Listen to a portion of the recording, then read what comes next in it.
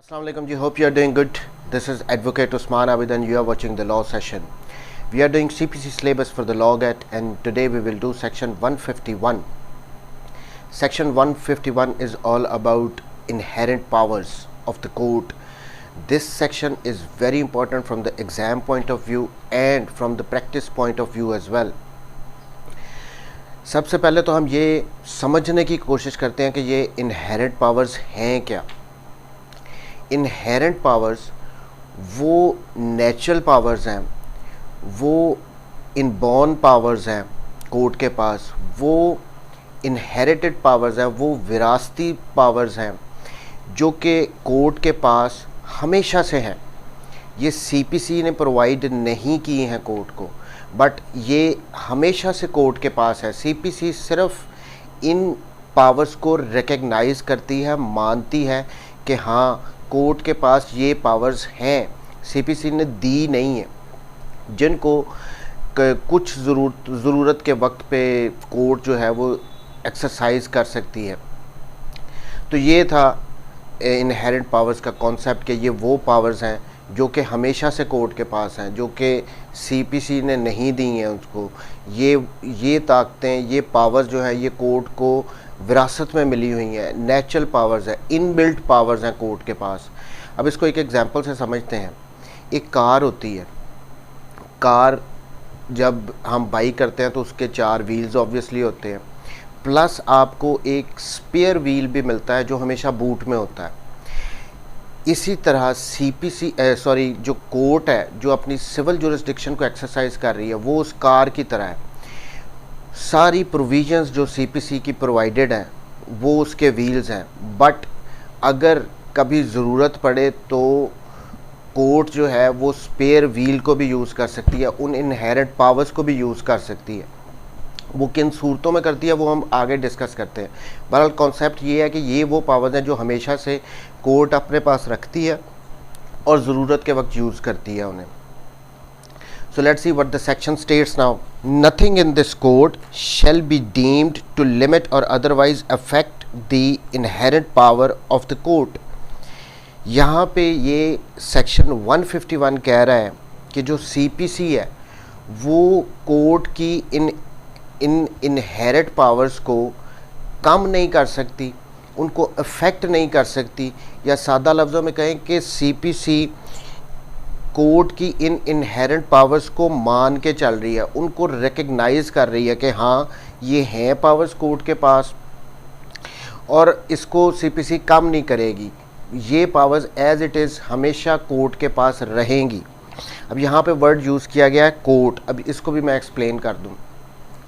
ये word court CPC में कहीं डिफ़ाइन नहीं किया गया, लेकिन ये जो वर्ड दी कोर्ट सीपीसी में जहाँ भी यूज़ होता है इसका मतलब वो कोर्ट होती है जो कि अपनी सिविल जुरिस्डिक्शन एक्सरसाइज कर रही हो, सिविल जुरिस्डिक्शन में कोई केस सुन रही हो.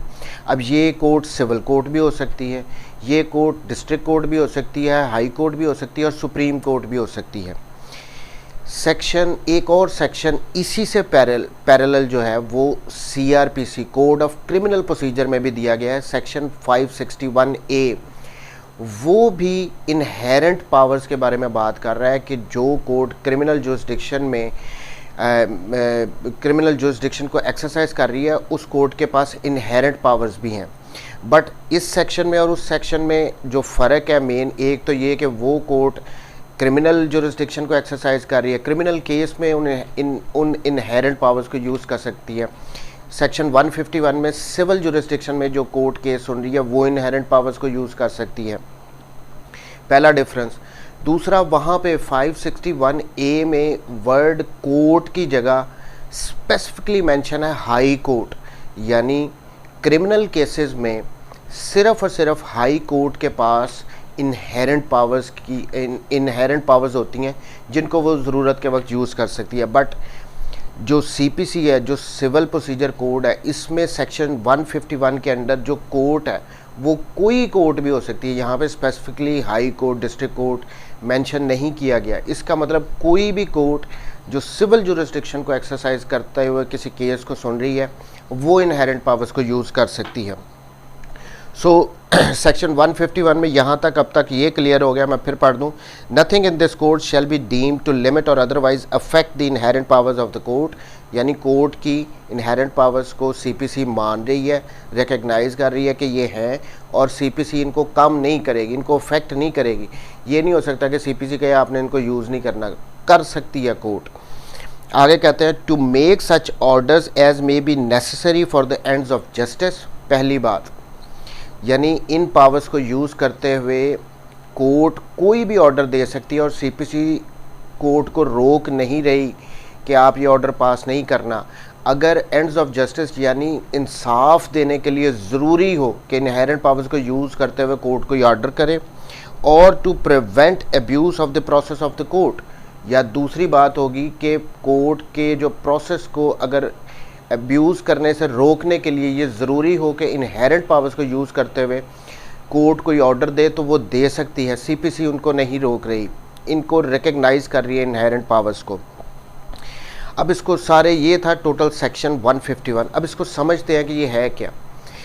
कोर्ट के पास कोई भी कोर्ट, जो सिविल कोर्ट भी हो सकती है, डिस्ट्रिक्ट कोर्ट भी हो सकती है, हाई कोर्ट भी हो सकती है, सुप्रीम कोर्ट भी इवन हो सकती है, कोई भी कोर्ट जो है, जब वो सिविल जुरिस्डिक्शन को सुनते हुए कोई केस को सुन रही है, तो अगर तो कभी ऐसा मौका आ जाए कि कोई ये कानून जो कोर्ट है उसके लिए इंसाफ करने के लिए वो कोई ऑर्डर करना चाहती है, बट उसके पास उससे रिलेटेड कोई कानूनी मौजूद नहीं है, या कोई उससे रिलेटेड प्रोसीजर मौजूद नहीं है, abuse of the process of the court, तो उस इन दो सिचुएशंस में क्या ये होगा कि कोर्ट बेबस होकर बैठ जाएगी कि हमारे पास तो कोई कानून ही नहीं है जिसको फॉलो करके हम इंसाफ कर सकें, या जिस प्रोसीजर को अडॉप्ट करके हम फैसला करना चाहते हैं सिविल सीपीसी में, तो वो प्रोसीजर ही अडॉप्ट नहीं प्रोवाइड नहीं किया गया।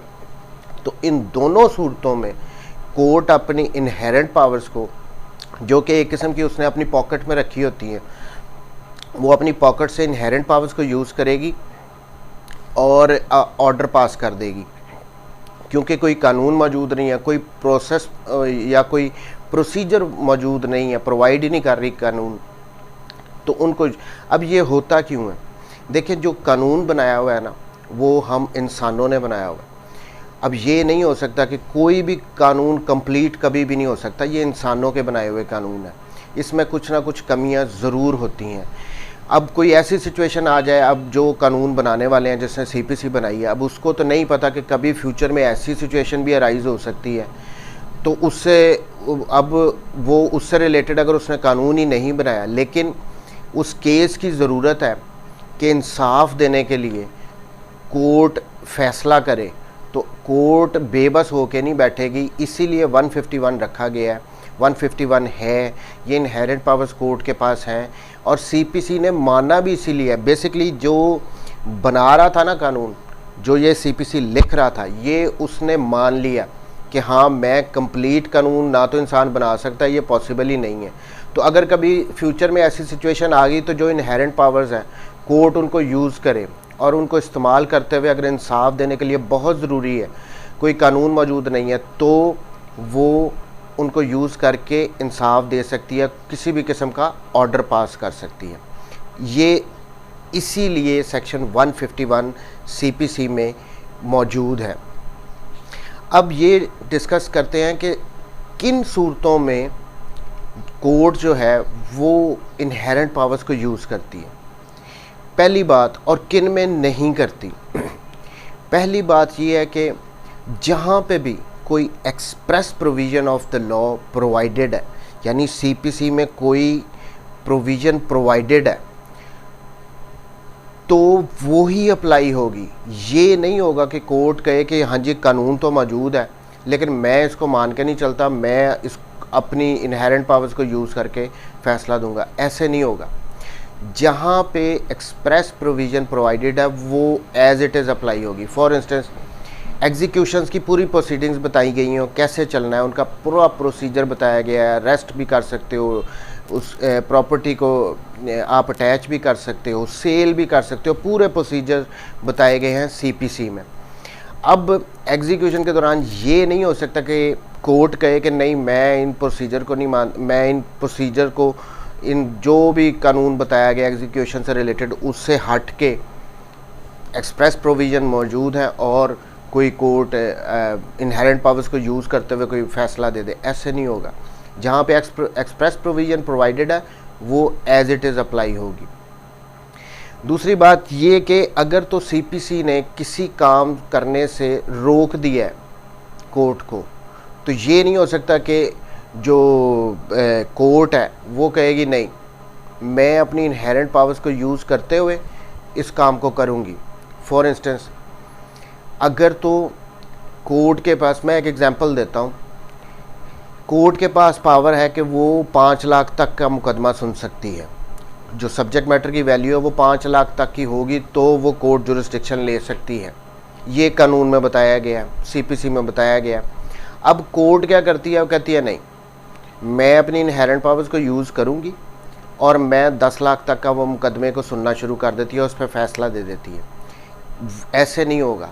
इस सूरत में मना किया गया जब, तो वो ये 151 के अंडर इनहेरेंट पावर्स को यूज़ करते हुए अपने आप को जुरिस्डिक्शन दे के फैसला केस को सुनना नहीं शुरू कर देगी। नंबर 1। एक और एग्जांपल इसकी मैं आपको देता हूँ। हमने लास्ट लेक्चर में पढ़ा था अपील्स अगेंस्ट ऑर्डर्स। अब उसमें ये था कि कुछ ऑर्डर्स प्रोवाइड किए गए हैं सेक्शन 104 में और ऑर्डर 43 में एक लिस्ट दी गई है। सिर्फ वही ऑर्डर अपीलेबल हैं, ये सीपीसी ने हमें कह दिया। इसके अलावा कोई अगर और ऑर्डर होगा तो उसके अगेंस्ट अपील नहीं फाइल की जा सकती। अब यहाँ पे कोई एक ऐसा ऑर्डर है पास करती है कोर्ट जो कि उस लिस्ट में नहीं है, तो जो एपेलेट कोर्ट है वो ये नहीं कर सकती कि कहे कि नहीं मैं अपनी 151 की इनहेरेंट पावर्स को यूज़ करती हूँ और मैं अपील सुनूंगी, इसको डिसाइड करूँगी। ऐसे नहीं हो सकता। जब एक्सप्रेसली मना कर दिया गया, प्रोहिबिट कर दिया गया सीपीसी के अंडर किसी भी काम को करने से, तो वो काम नहीं कोर्ट कर सकती इनहेरेंट पावर्स को यूज़ करते हुए। अब तीसरी बात, ये जो पावर्स यूज़ करनी है ये किस वक्त करनी है? जब कोई एक्सप्रेस प्रोविज़न मौजूद नहीं है तब ही करनी है। कोई कानून मौजूद नहीं है, लेकिन इंसाफ देने के लिए ज़रूरी है कि कोर्ट अपनी इनहेरेंट पावर्स को यूज़ करे और फैसला दे। कोर्ट ने बेबस होकर नहीं बैठना, कानून का ये मकसद बिल्कुल नहीं है। अब इसकी एग्जांपल देख लेते हैं।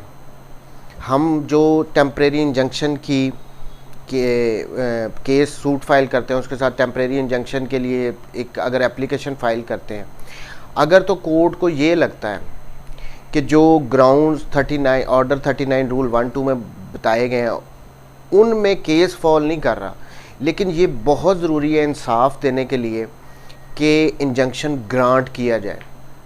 दो वो उन ग्राउंड्स पे पूरा नहीं उतर रहा, लेकिन सिचुएशन ऐसी है कि कोर्ट को लगता है कि यहाँ पे जो इंजंक्शन है वो ग्रांट करना चाहिए, तो कोर्ट 151 सेक्शन को यूज़ करते हुए, अपनी इनहेरेंट पावर्स को यूज़ करते हुए इंजंक्शन ग्रांट कर सकती है। इसीलिए नॉर्मली प्रैक्टिस में भी ऐसे होता है, जब हम टेम्परेरी इंजंक्शन की कोई एप्लीकेशन फ़ाइल करते हैं तो वो under order 39 rule 1-2 read with करते हैं सेक्शन 151। वो इसलिए करते हैं कि अगर तो हमारा केस नहीं भी आ रहा इसमें, तो कोर्ट अपनी इनहेरेंट पावर्स को यूज़ करे। सो अगर सिचुएशन ऐसी है तो कोर्ट यूज़ करके आपको इंजंक्शन ग्रांट करेगी। और एग्जांपल देखते हैं। फॉर इंस्टेंस एक एग्जांपल ले लेते हैं, सिर्फ एज्यूम कर लेते हैं कि जो एग्जीक्यूशन के लिए हम एज्यूम कर रहे हैं कि सीपीसी में किसी के अरेस्ट का कोई प्रोसीजर नहीं बताया गया, या किसी प्रॉपर्टी की अटैचमेंट का अगर कोई प्रोसीजर नहीं बताया गया। ये बताया गया कि आप अरेस्ट कर सकते हो जजमेंट डेटर को, या उसकी प्रॉपर्टी को अटैच कर सकते हो, या सेल कर सकते हो, बट ये नहीं बताया गया कि क्या प्रोसीजर होगा उसको अरेस्ट करने का, उसकी प्रॉपर्टी को अटैच करने का, या उसकी प्रॉपर्टी को सेल करने का। तो ऐसी सूरत में कोर्ट ने, एग्जीक्यूशन कोर्ट ने तो अपनी डिक्री को इम्प्लीमेंट करवाना है।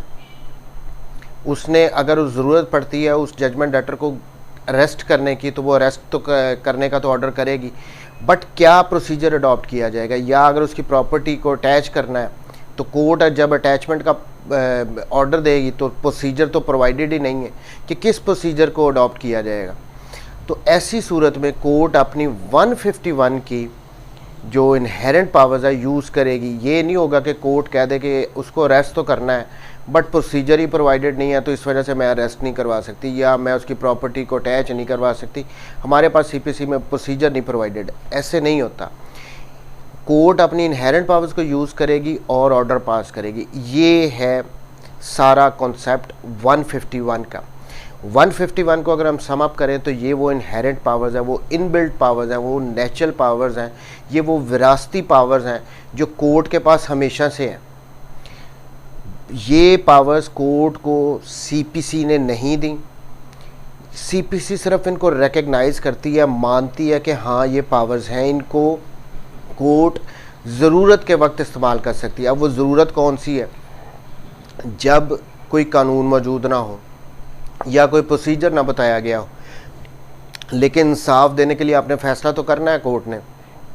तो ऐसी सूरत में कोर्ट अपनी इस इनहेरेंट पावर्स को यूज़ करेगी और फैसला देगी।